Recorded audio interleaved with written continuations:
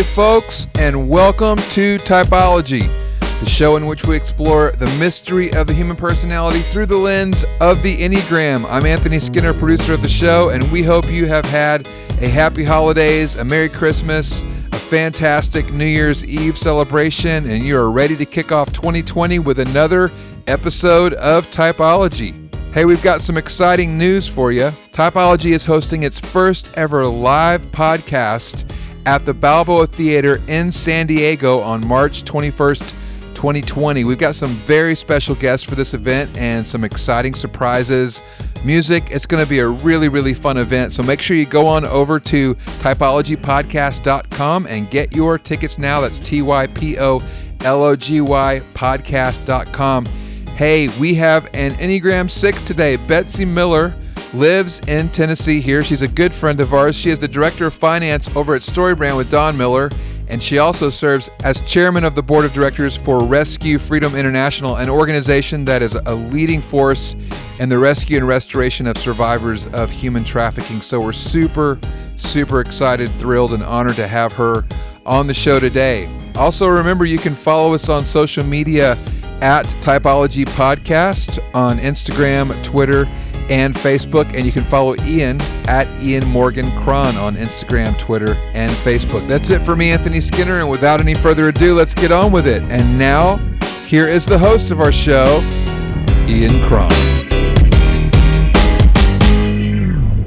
Betsy Miller, welcome to Typology. Hi, Ian. Thank you. Yeah, I'm so excited you're here. I'm glad to be here, too. Yeah, I have to begin by telling people how this interview came to pass. Okay. I was over at Storybrand's office, getting ready to do some podcasts with Don promoting Enneagram Made Simple. Yep, that's right.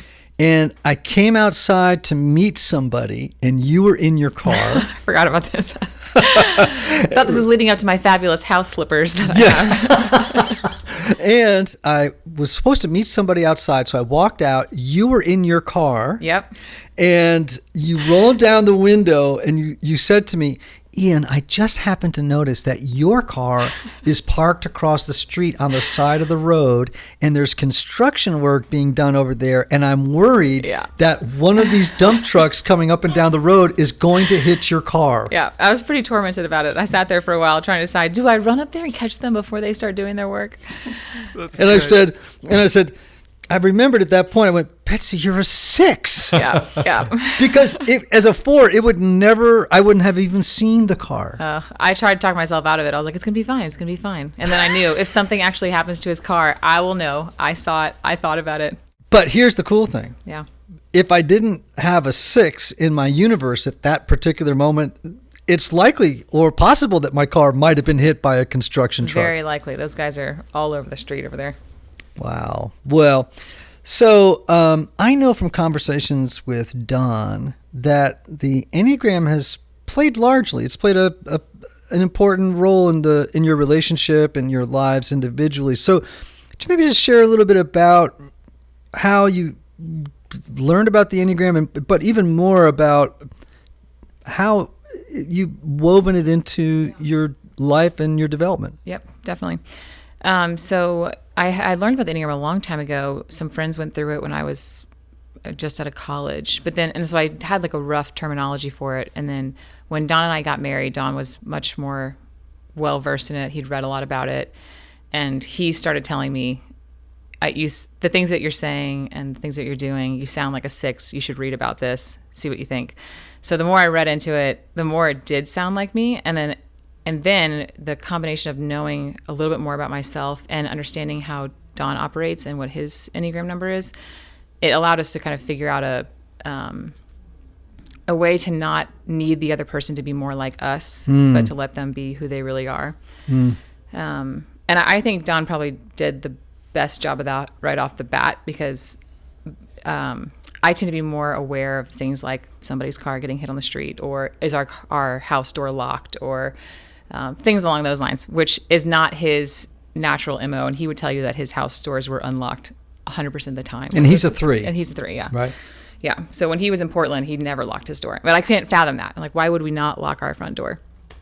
All that to say, it allowed he was able to understand where I was coming from, and that I wasn't trying to nitpick or get onto him about not doing something. It was more out of a sense of safety for myself and for him. Mm-hmm. So it kind of gave us a little bit of space to let the other person be who they were and not feel like it was encroaching on, as we were newly married, just gave us a little room for each other. Typically, sixes at the front end of relationships have a lot of questions about the commitment of the other person. Was that your experience? Yes, that was 100% of my experience. I first resonated with being a six and the loyalist, even just like the title of it. I am a very loyal person. And so I think with that comes this hesitancy to commit right off the bat. I feel like if I'm going to dive in, I know I'm in for the long haul. Right. So when we first started dating, Don was in like right off the bat. He would tell you that. He knew immediately that this is it. We're going to get married. And I was very on my heels, uncertain. We've just met. I barely know you. So it was a long, slow process, and involved him actually moving from Portland out to DC so that we could be in the same city together, because the long distance element was still just a little bit too, like, I don't know, you come in for the weekend, maybe you put on this act, maybe you have a whole different life at home I don't know about. Right.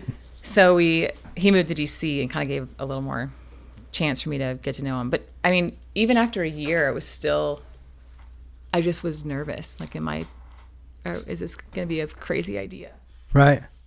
So you just said something that sparked something in my mind, which is that sixes typically make the assumption that other people have hidden motives or agendas. Mm-hmm. And when you were saying that about Don, it would be very normal for a six to think, yeah, like, what's really going on behind the scenes here? Yes, totally. And the fact that he was not an anonymous person in the world made me extra suspicious, because he would not describe himself as famous per se, but occasionally someone will recognize him or know who he is. And right.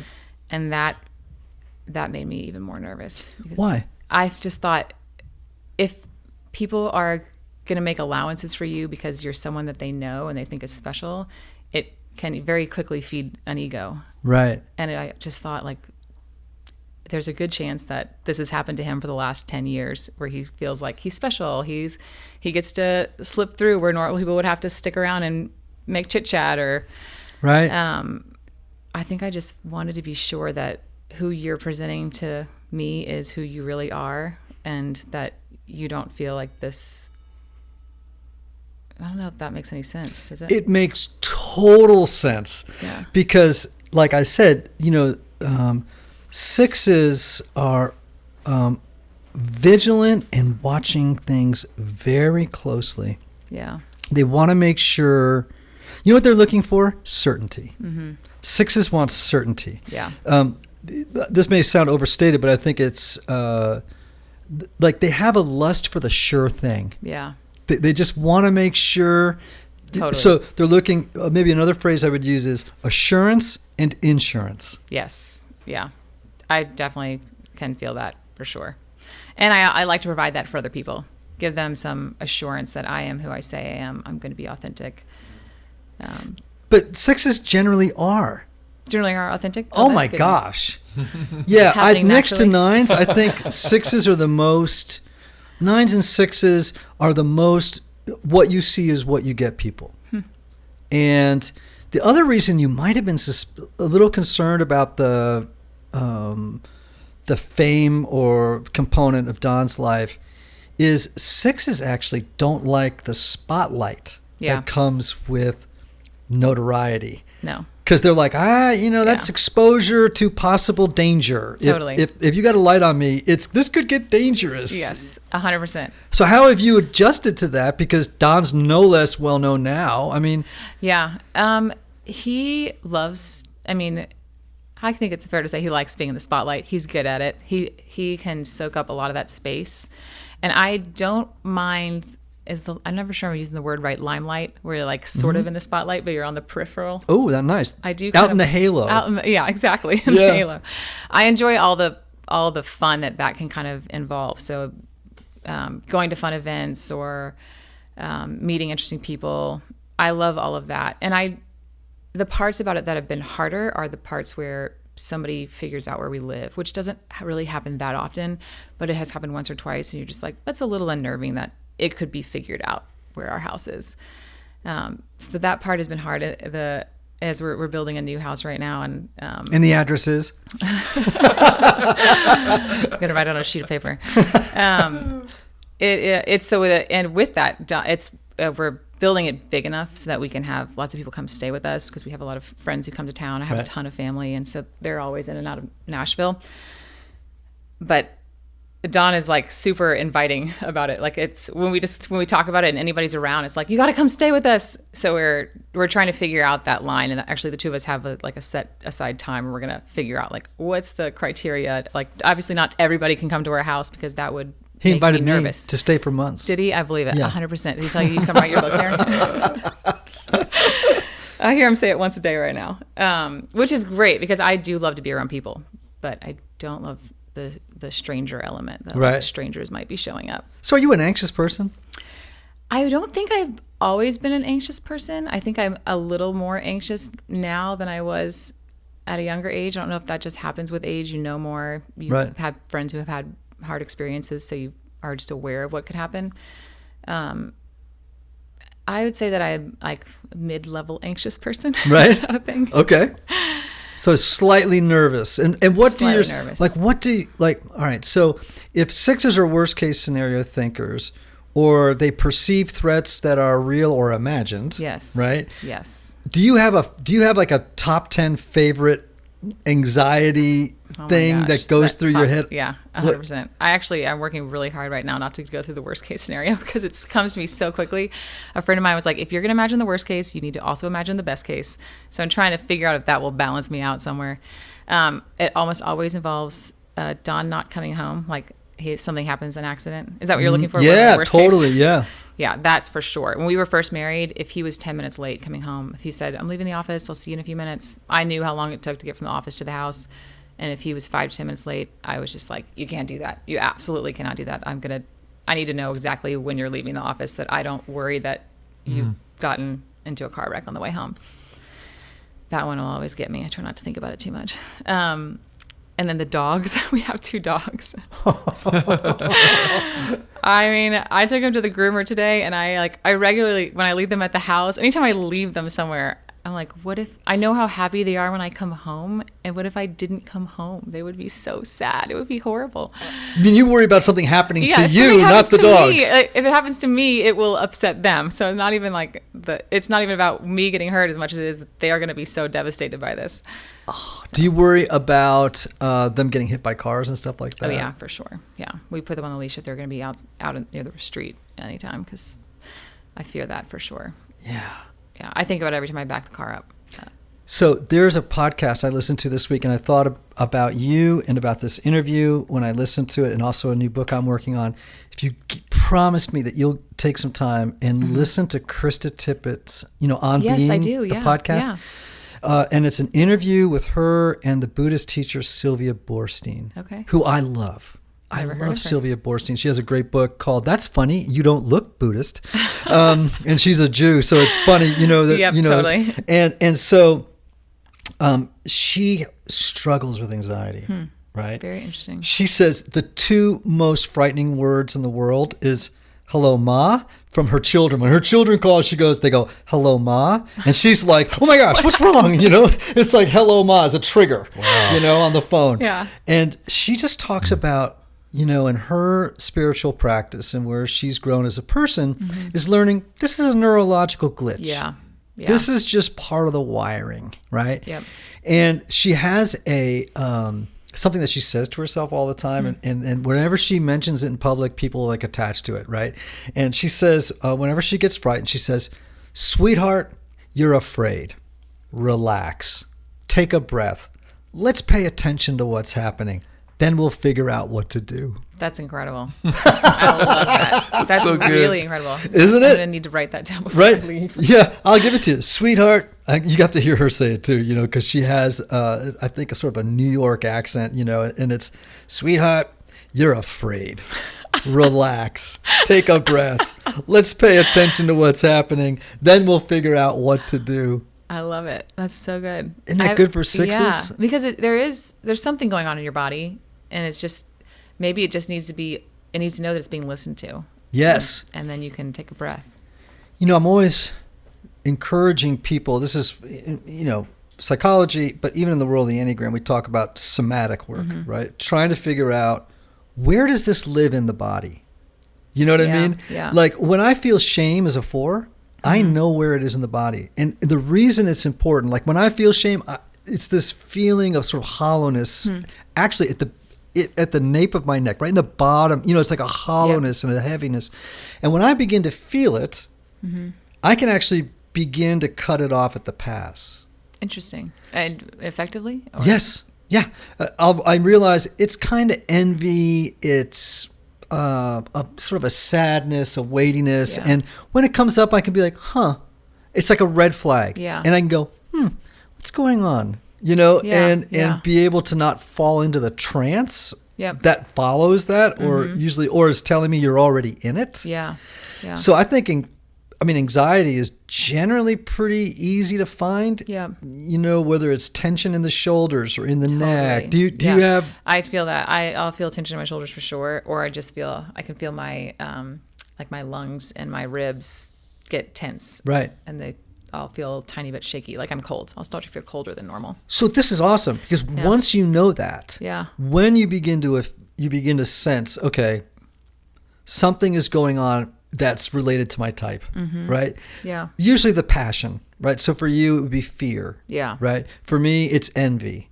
For other numbers have different sort of manifestations, but I'm always like, learn where it lives in your body, so that when it happens, you can attend to yourself and care for yourself in that moment. Yeah. And begin to help whatever it is, in your case, anxiety, just begin to relax it, Yeah. Even to say, sweetheart, you're afraid. Yeah. I know, just that calming, almost motherly voice for yourself. Totally.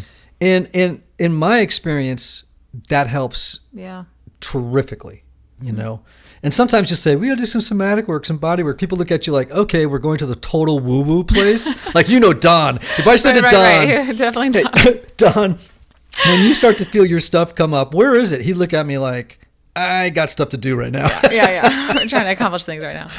But no, I totally know what you mean. I actually just recently did something so woo-woo. I bought myself a very soft rock, which is like, it's just when I feel nervous or stressed, I need something to ground me. I can hold the rock in my hand, and it's cold at first, so that even the cold sensation is calming, and then I feel my pulse against it because it's a rock, obviously. Right. And just that moment of like the cold and the pulse, and it's kind of rhythmic, and I can take a breath and realize, okay, people have survived all sorts of things through generations. I could be living in the woods right now if I were here hundreds and hundreds of years ago, and I would be fine. It's going to be fine with everything that we have available to us. That rock has been surprisingly helpful. It's great. It's kind of weird. No. I think that's awesome. Hey, Typology Tribe, I want to take a moment to thank one of our sponsors for helping us bring you what I hope is great content every week. Now, you all know, obviously, I'm a psychotherapist, and so I'm a big proponent of counseling. So, whether you feel like something is interfering with your happiness or preventing you from achieving certain goals, counseling is a great tool to help identify what those blocks are and then work through them. Yet, and I think probably many of you know this, finding a therapist can sometimes feel intimidating. Here comes the good news.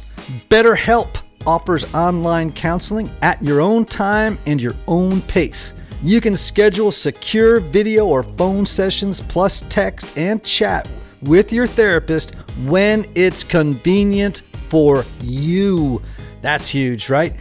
These are licensed professional counselors who specialize in things like depression, anxiety, stress, relationships, LGBT matters, trauma, and grief. BetterHelp has counselors available worldwide and have over 3,000 U.S. licensed therapists across all 50 states. And get this, if you're not satisfied with your counselor for any reason, you can request a new one at any time at no additional cost. Best of all, it's a truly affordable option. And as a special offer for Typology listeners, BetterHelp is offering 10% off your first month with the discount code Typology Podcast. So why not get started today? Go to betterhelp.com/TYPOLOGYPODCAST. Simply fill out a questionnaire to help them assess your needs and get matched with a counselor you will love. Again, that's betterhelp.com/Typology Podcast, TYPOLOGYPODCAST. betterhelp.com/Typology Podcast. Check them out. So I have a question. It's a little personal, but I want to ask it anyway, and I'll share mine if you share yours, okay? Okay. Do you have a lifelong internal struggle that would surprise people if they knew you had it? Oh, man. I don't think, I mean, maybe this wouldn't surprise people, but the one that comes to mind is I do worry about conversations after I've left them. I feel like I tend to give off a very like free spirit vibe. You know, I'm going through life pretty happily. And I mean, that probably is par for the course for six. I'm just overthinking and analyzing and going back over and wondering, did that communicate to that person that I was trying to be kind and helpful, or did they think that I was trying to get out of being with them? It's not really a good struggle, though. No, it's a great one, and here's Okay. why. It's reflective of the sixes' self-doubt Yeah.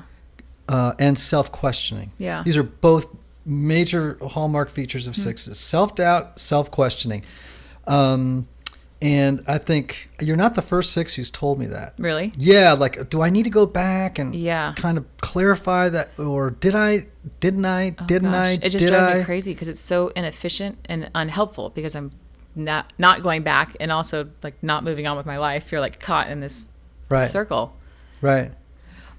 So I'll share mine just so we level the playing Okay, field good. here. But I don't want to go too far down into my stuff. But I think what people probably don't pick up around me is a lifelong struggle with self-esteem. And I think people go, what? Yeah. Really? You actually seem to be maybe a little high on yourself. And I'm like, trust me. Now, it's gotten a lot better, but yeah, just feelings of worthlessness would be too strong a word, but very hard on myself and very self-critical. Yeah. And easily disappointed in myself, and feeling like, in a general way, I'm a disappointment to other people and myself. So interesting. And I don't think people would pick that up. That's No. a hidden internal struggle. Yeah. And I asked you that question, though, in part because I think a central issue for sixes that sometimes people don't always pick up is self-confidence. Meaning they don't pick up that they're lacking self-confidence? Yeah. They might see traits or characteristics that would point to it, but they may not be able to put it into language. Yeah. I mean, is that a good... Yeah, that's a good, I would say that's true. I do feel like, I feel certain of who I am, which I think is a different thing than what we're talking about. Mm-hmm. I definitely still don't know that I've handled something correctly. And we had a span of my childhood in which we lived in Germany for 4 years. Mm-hmm. So I missed a lot of TV shows, music, pop culture, basically, that other people will reference and talk about. And a lot of my childhood, that would come up, like in Salute Your Shorts. I don't know a thing about it. No, and that was a thing that was very popular with everyone in my school. They all knew about it.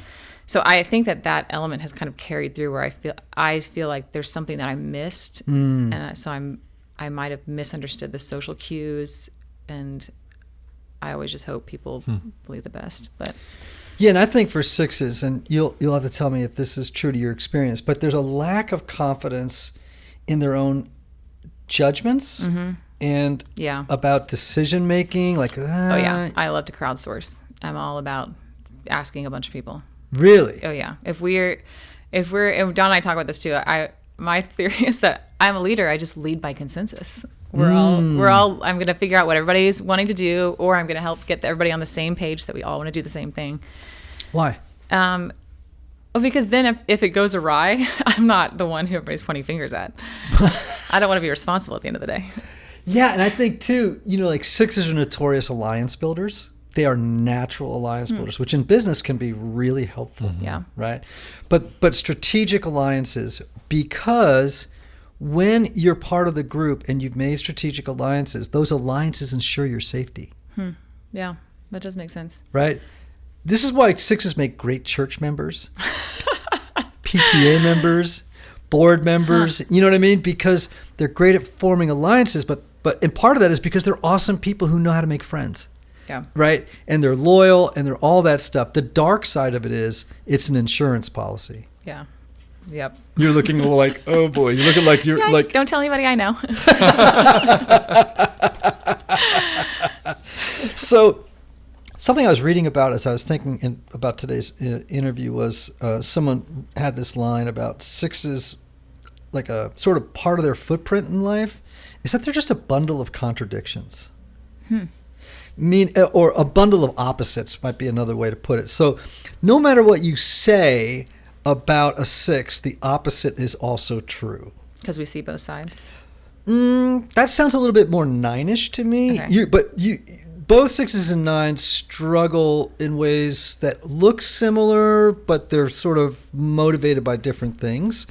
But for example, sixes are often strong and weak, right? Mm-hmm. They're fearless and frightened. Yes. Yeah. They're loyal and suspicious. Yeah. They're friendly and aggressive. They're believers and doubters. They're cooperative and obstructionist. You know what I mean? Yep. Is that totally? Is that your universe? 100%. It's very confusing because I do feel like I have the potential.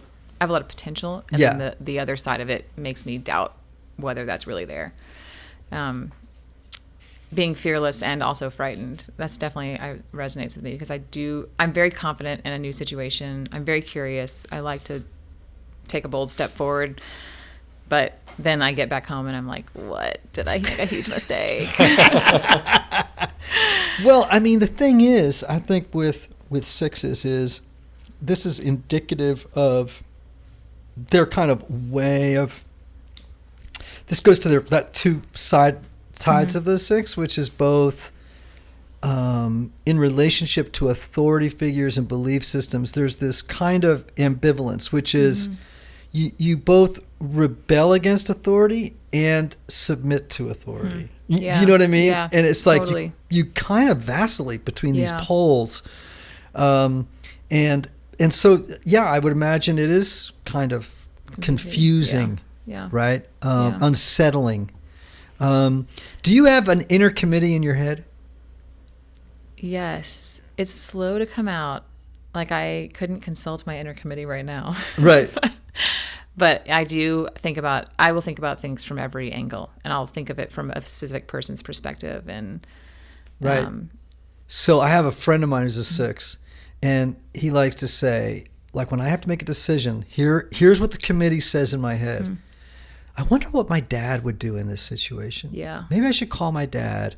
Well, he would do that, but my friend Bob would do this, which is different than what my dad would do. Yes. You know what I mean? And all of a sudden, there are six people in his head now dad's talking to Bob, who's talking to, you know what I mean? And now the committee is trying to figure out how they're going to make this decision with each other, and while you're observing it. Yeah, definitely. That definitely happens. And that actually sounds like a positive experience to me. Like, if we can get everybody else to discuss it, make a decision, I can get on board. Hey everybody, one of the lessons I've learned over the years is that not everybody benefits from a traditional 50-minute counseling session. And this is why some people can go to couples therapy or personal counseling for a long time and never really get anywhere. This is why I'm such a believer of intensive counseling and my friends at Restoring the Soul in Colorado, created by my longtime friend Michael Cusick to help couples or individuals experience deep change and half-day blocks over 1 or 2 weeks. Now listen, if you can't wait months or years to get to the bottom of an issue or to experience breakthrough, you need to get in touch with my friend Michael and his extraordinary team of counselors at Restoring the Soul. If you're looking to get out of the rut you're in, but can't wait months or years, call Restoring the Soul today for a free consultation with Michael's staff. Call 303-932-9777 and learn how their intensive counseling process can help you. As a special bonus, just for Typology listeners, make sure to visit www.restoringthesoul.com/typology to download their PDF called 5 Ways Unaddressed Trauma May Be Derailing Your Relationships.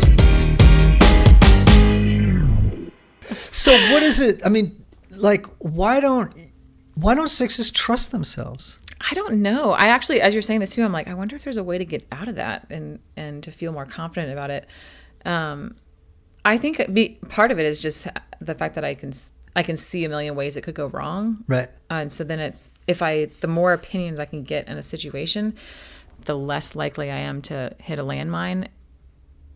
But as far as trusting my own, because if I look back at my life, I don't feel like I've made a bunch of bad choices. I feel like, sure, that I've learned things, but I have made a lot of good choices. So you'd think I would feel more confident in my own opinion. And I'm happy to give my own opinion on someone else's situation. So I can feel pretty confident about that. But here's the irony in my experience with sixes. And anyone who listens to Typology knows this, that I have a high, you can ask Anthony, I say this all the time, a high level of admiration and value for sixes. Mm-hmm. Really? Oh my goodness. Are we sure? Are you sure? Really? What's behind that? Is there an agenda in that? Or you want something from me? No, but I mean, I really do. Like I have a really... Is that about their opinion, or you think it's just that? Like I think sixes give great advice. Yeah. Mm-hmm. You know what I mean? Like they're very practical, earthy. Mm-hmm. They're very analytical. They're very good at analysis. Mm-hmm. In part because, when you have a worst case scenario mind, or a mind that tends to perceive threat quickly, Right. Well, of course you're learned you're able to analyze pretty quickly. Well, what's going on here? Yeah. Right. Yeah. And I've always found that, and they have great senses of humor. So a lot of times when they're offering suggestions and stuff, right, it comes with a dose of irony and laugh at yourself. They're very self-deprecating, typically, right? And yet you don't take your own suggestions when you provide them to yourselves. Is that? There's something about that. There's something about that being on your own, making your own decision, moving forward when no one else sees the way. That just feels so risky. It feels like a level of vulnerability that is untested, and could go south. So I think if you want to encapsulate the basic fear of the six, it would be this: I'm alone. Who's here to support me? Yes. I always thought that was the seven's basic fear. I'm alone. It is. Okay. They're very similar. They have two very different ways, though, of coping with it. Remember, sixes and sevens share that fear triad, right? But I think that helps a lot, because I've wondered that every now and then. I wonder, like, am I mostly a seven? Because I do feel that if I'm alone for too long, I get really, really anxious. So I think with the seven, it's I'm alone if I am faced with pain or deprivation or stuckness or any a circumstance or an emotion that's too difficult for me to cope with, I'm alone. So I'm going to have to take care of myself. And of course, their way is, let's create Neverland. Yes. That is not your thing. No. Right? You don't create Neverland. You have a different way of sort of coping with that stuff. You also don't have as much problem probably with pain and deprivation by a long shot compared to a seven. No, I wouldn't say that. That was I don't think I realized that about myself, about not wanting to be alone, until after we got married, because I had roommates and I'm one of 7 kids. So there was always too many people around to ever be alone. Right. And then after we got married, Don would travel and I'd be alone in the house. And I kept thinking, like, this is fine. It's not a big deal. And it just kind of spiraled faster and faster down. And I've wondered if that triggered more of the anxiety in my life now, or because I think I just didn't have time to think about being anxious before. There was always somebody around. So now we even have had conversations about, either Dawn slowed down to travel quite a bit this last year because I couldn't stop feeling anxious. There was nothing I could do to talk myself out of it. And it hit a point where I was like, I couldn't solve the problem. I didn't want someone to have to come stay at the house with me. That felt crazy. I couldn't leave the house and stay somewhere else because I had 2 dogs. And I don't always want to travel with Don because it's not always an exciting trip. Often he's in speaking and then flies right back out. So at the beginning of this year, we finally were just like, okay, we're going to say no to absolutely everything we can and just give my body a chance to take a break and figure out what's happening. So I did a deep dive with a couple of different counselors and have even just the recognition of it, that this is happening. I don't like to be alone at the house. And it is, how can I turn around and take care of myself? If anybody else were telling me that, I would do everything to make it better for them. But because it seemed so silly to me, it was hard to acknowledge that it was a real thing. And it's kind of crazy how much even just the acknowledging of it made a difference. Mm-hmm. And then getting a rock, of course, helped. But the other thing that was really helpful was that weighted blanket is kind of crazy. Yeah, it's great. really helpful. And then the last, he did 2 different trips. I threatened for a long time to get a roommate if things didn't slow down. And of course, Don's always really great about having this conversation. The threat's not a real threat. We're just, as we talk about, what are the best ways to do this going forward? A few times I've been like, should we just get a roommate? And so we actually do have a roommate right now. One of my old friends is living with us while she's doing a traveling nurse thing here in town. Anyway, all that to say, she was busy, so I don't feel like it was her solving the problem. And Don was gone for 2 different weeks in the last month and a half, and I actually felt great. I thoroughly enjoyed the time at home. It was just kind of crazy how much the acknowledgement and then finding a couple of resources changed that. Anyway, all this to say, I have waffled around a few times, am I actually a 7 if I'm so afraid to be alone? But it sounds like it's also part of being a 6. That it definitely is. And I don't find 7s actually have trouble, at least the 7s that I know, being alone physically. Yeah. It's more like I'm alone in the face of pain or deprivation. Yeah. And who will support me in those things? I have to take care of it myself, sort of a thing. With a 6, you're describing actual physical solitude, right? Yeah. And you know what? I was just thinking, though, as you were talking, there's a lot of peace to be found when you can say, you know what? I'm an anxious person. Yeah. Mm-hmm. It's not bad. It's not good. It just is. And I just have to make accommodations for the fact that I'm an anxious person. Yeah. Other people are depressives. Other people suffer other things, you know.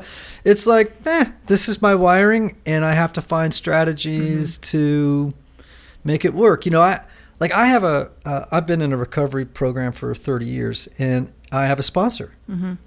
And I know, because of, the way that this system works, I call this person when we have a thing, if you're experiencing disturbance, whether it's anger particularly or resentment, I know, this is what I have to say to myself. I'm an addict. This is what happens. Yeah. It's not bad. It's not good. It just is. And I have a strategy, and I have people in my life that I turn to when these things get triggered so that I don't get in worse trouble. Yeah. Yeah.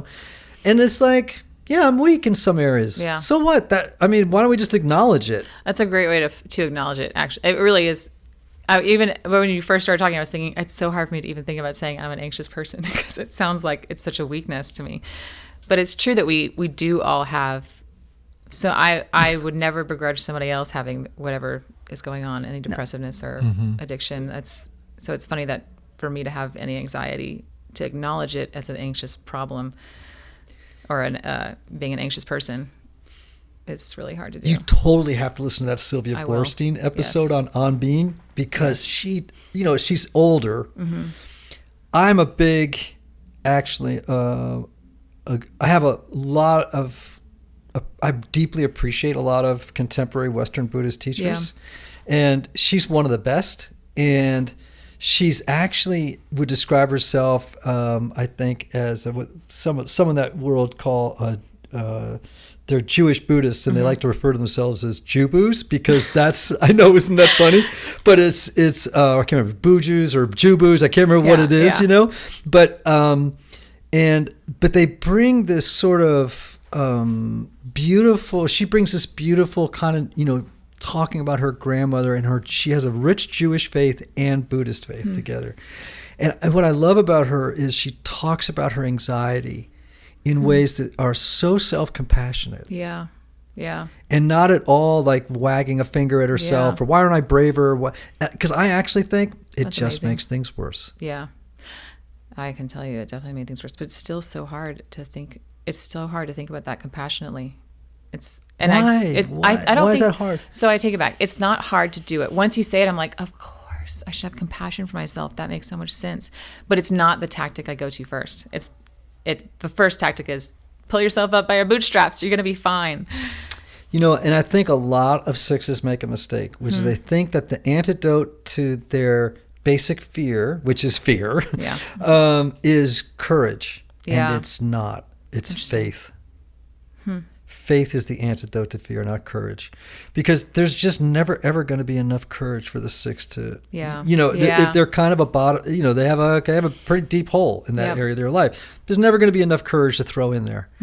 Faith is, regardless of what religious or spiritual tradition you self-identify with, faith is really the answer. It's the belief that there is a higher power in this universe who's got my back. Yeah. Yeah. Even when I'm alone, even when I'm frightened, even when I'm, someone else, something or someone bigger than me has my back. Yeah. So I think that's the antidote. Yeah. That makes a lot of sense. And I feel like that ties into the compassion element too. With someone bigger has your back, you've got the space to take a breath and be compassionate. You're not having to hold vigil and totally. And then keep a list of names next to the phone. Yeah. Yeah. That's what I have them. Do you really? I totally, I do. In my phone, I go in and I have a sort of a dedicated place in my contacts, which is for fellow members of my recovery group, that when stuff goes south, I call them. Yeah. And, everybody struggles with fear. You just major in it. Yeah. Other people major with depression or depressive thoughts. They have to find their own strategies. But I guess it is just learning to accept and make allowances and plans for our... This is probably going to happen. What's the next 1, 2, 3 going to be? Yeah, and it's, what the heck? Yeah. It's, that shouldn't be a problem. What dream would you really chase right now if you weren't afraid? Well, I'm trying to do it, but I'd be an artist. I feel like like a painter, if I got to the end of my life and I had not spent a lot of the time painting, I'd be real sad. I feel like I missed it. So do you think you've been afraid of being a painter? Totally. Oh, tell me more. Yeah. It's a blank canvas. I mean, who's not afraid of a blank canvas? Yeah, no, I know what you mean. I mean, you stand there looking at it and then the thought that like, if it's going well halfway through, I'm probably going to botch it up and have to start over again. Right. That's a huge hurdle. The other hurdle is just like the technical element of like pulling it all out, putting it on a easel, getting your paint out, all that stuff. But I have been actively working towards overcoming that. I've taken a bunch of painting classes in the last year, and then I'm in this house that we're building, I've got a space that's going to be dedicated to be able to keep but that terrifies me because I'm like, now it's all up and I have to actually do it. But that's the dream that I feel like fear is probably holding me back from. I think that's beautiful that you're working on that. Thanks. I love that question. I have my sponsor, I faced it, and I think I tell this story, I think I've said it once on our show, but I think it's a great story for sixes. And it was so instructive to me.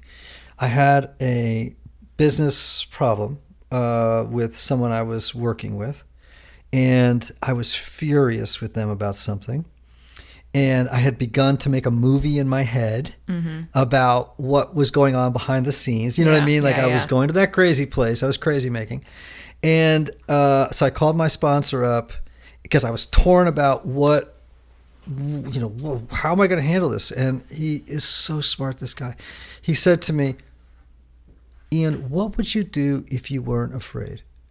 And I was really brought to silence. I was like, what did you just say? He said, well, what would you do if you weren't afraid? I said, well, I would pick up the phone and I would do this, this, and that. And he said, great, call me in 2 hours. Jeez. And I was like, that was the answer. Yeah. The answer, the way I got to the decision, and so this might be where it's Yeah. good for sixes. Yeah. It's like when faced with a decision and you've got the committee going in your head and you're like, Yes. you could ask yourself the question, all right, stop. What would I do if I wasn't afraid right now? That's very helpful. I can even think on the nights when I'm in the house by myself, I don't always want to line up something to do. Like, I don't want to have a friend that I'm going to hang out with every evening. Right. And so I'll stand there in the living room sometimes and like, what am I going to do? I've got the whole evening ahead of me alone. Right. And that is a great question because it can clarify very quickly. I actually would love to go out to dinner with a book, or I would love to go to a movie. I'm just nervous to leave the dogs because my brain is so full of worst case scenarios. Or, that would be very helpful. Yeah. And then have the faith and the self-confidence to say, and I'm going to do it. Yeah. I am not going to give myself a chance right now to self-question. Yeah. I'm going to get out the door before that launches in. Yeah. And then, bring your rock with you to dinner. Yes. You know what I'm saying? Just Frustration bring Harbor the would rock. love that. You got a book in you. It's called Bring the Rock. Bring the rock. Bring the rock, baby. I think it's going to be good. So, just maybe a couple more questions, and then we're going to let you go because we're going to hit Nashville traffic in a second. Yes. You've been involved with Rescue Freedom International, and I was thinking when I saw that, and I've been to the fundraisers before. You sixes are like eights, very concerned about underdogs. Interesting. Did you know that about No, sixes? I did not know that. Oh yeah, big feature. I am very concerned about underdogs. Okay, I knew go. about myself. I just didn't know that was a six thing. Oh my gosh, total six thing. I get very nervous if I think somebody's, or not nervous. I get very ruffled if someone's being left out of the conversation, or even in that small form. But Right. especially if they're being left behind by society, or if they're not being given an opportunity. And Rescue Freedom's been a big part of that to be able to have a. So tell people about Rescue Freedom. Yes, it's a fantastic organization. We're international, so we've got we help women and children coming out of sex trafficking. So the way that we do that is we partner with people in countries all around the world, and these are people who are fighting trafficking on their own in their own country, who grew up there, who know the culture, who know the language, who are not going to leave. They're going to stay there. And then we come alongside them and give them all the resources that they need to be very successful. I mean, financially often is a big piece of it, but then also we've got trauma therapists on staff who go out and train them to help with trauma therapy. We've got we have resources like connections, and if there's any kind of if there's anything that we can help through government, we've got the connections to kind of do what we can there. Basically just to empower them to do what they're doing already without having to worry about the other pieces. And they're not recreating the wheel every time, because all these little safe homes around the world are trying to make it happen, and they're learning the same things. So if we can come in, give them the tools, tell them what to expect. Here's how you can raise money. Here's how you can talk to your board members. Here's how you report so that people feel like the money was used well. That's what Rescue Freedom does. It's a great organization. Folks can check it out by going to rescuefreedom.org. Yep. It's a really a fantastic thing. And it does, again, I know you're the chair of the board, and I'm curious to know what that's been like for you. Oh my gosh, I'm so glad we're talking about this. It's been very stressful, of course, mainly because everybody's looking at me to, like, the bulk of the conversation is directed by me. I mean, the CEO comes in and is doing a lot. He does a lot of the work. But the actual nitty gritty of, like, I can't even think of my line right now. I get nervous every time I think about it. I literally have to write out a script for myself before every board meeting so that I can remember that, okay, I call the meeting to order. I say, do I have a motion to accept this? Do I have a second? All in favor say aye. I literally write out all those lines, because when I sit down with everybody looking at me, I just collapse. Like, my brain goes blank and my mouth gets dry. So it's been a very interesting practice. And I would not, I didn't go into didn't get onto the board thinking I wanted to be the chairperson. It was just the circumstances that kind of led to it happening. And I feel like it's been a great opportunity. What have you learned most in the middle of it? I can do it. That's what I learned most. Say that again? I can do it. I love hearing That's a six awesome. say that. Yeah. Good. So I realized, I think I was writing out the script made so much of a difference for me, and I felt like I shouldn't have to do that. I felt like I should just know it and not have to write it down. But as soon as I knew exactly what was expected of me and what the words were, I was very comfortable. And, you know, I also have, I don't know if this is, I'm very sensitive to social situations, and there's one of the board members is this general who's very highly decorated, and he's a wonderful, incredible human. So, you know, I want to always be deferential and respectful towards him. I'm one of the youngest people on the board, so I don't want to be cutting people off if they've got something to say, but I also want to keep the conversation moving. Anyway, all that stuff, it scares me, but it's been very interesting to have to do it. And I feel like it's the thing that has helped me get through it, apart from the fact that it's doing incredible things around the world, is also that I think that there's a reason to learn it now, and there's something in the future that this will apply to that I'll be like, thanks to that experience, I know exactly what I need to do to make this be successful. So it feels like it's preparing me for something else. One of the things I encourage sixes to do is to keep a success journal. Oh, that's a very good idea.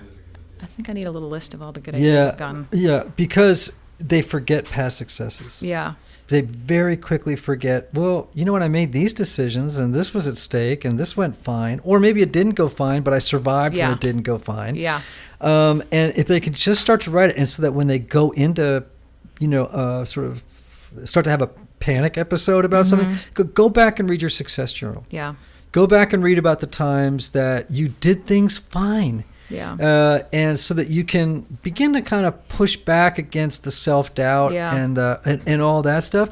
The worst thing, too, that you can do when you begin to hear yourself using the word should. Yeah. I should know how to do this without a script. Don knows how to do it without a script. So-and-so does. What's wrong with me? Yeah. It never helps. Yeah. You know, because trust me that everybody is suffering. Yeah.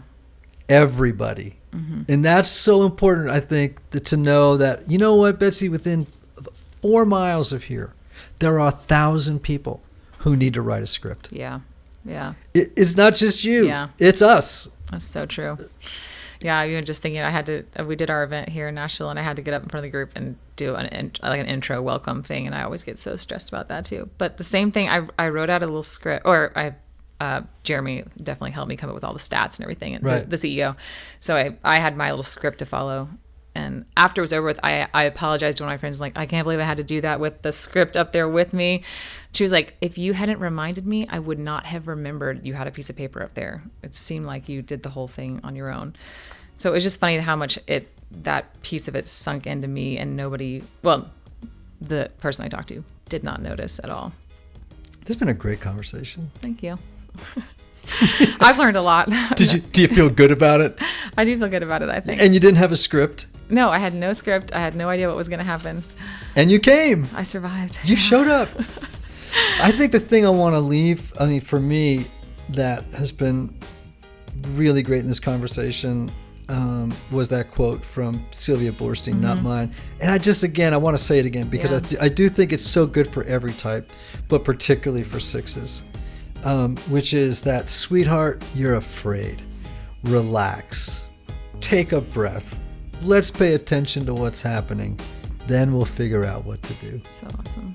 I love it. You going to come back? I think so. We'll see how I feel about it tonight. Please don't go home and second guess something you said. Please don't do that, because the whole thing was awesome. Yeah.